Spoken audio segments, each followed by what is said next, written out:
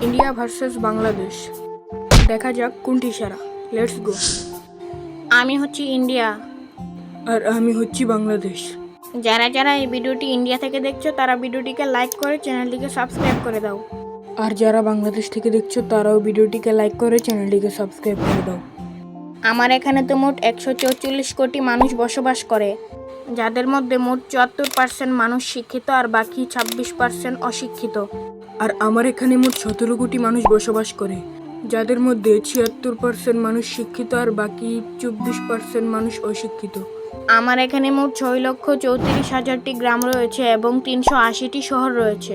আমার এখানে তো 87,000টি গ্রাম রয়েছে এবং 620টি শহর রয়েছে। আমার এখানে তো প্রধান ধর্ম হচ্ছে সনাতন ধর্ম এবং তোর? আমার এখানে প্রধান ধর্ম হচ্ছে ইসলাম ধর্ম। আমাদের দেশকে বাঁচাতে মোট 11 লক্ষ আর্মি রয়েছে এবং তোর?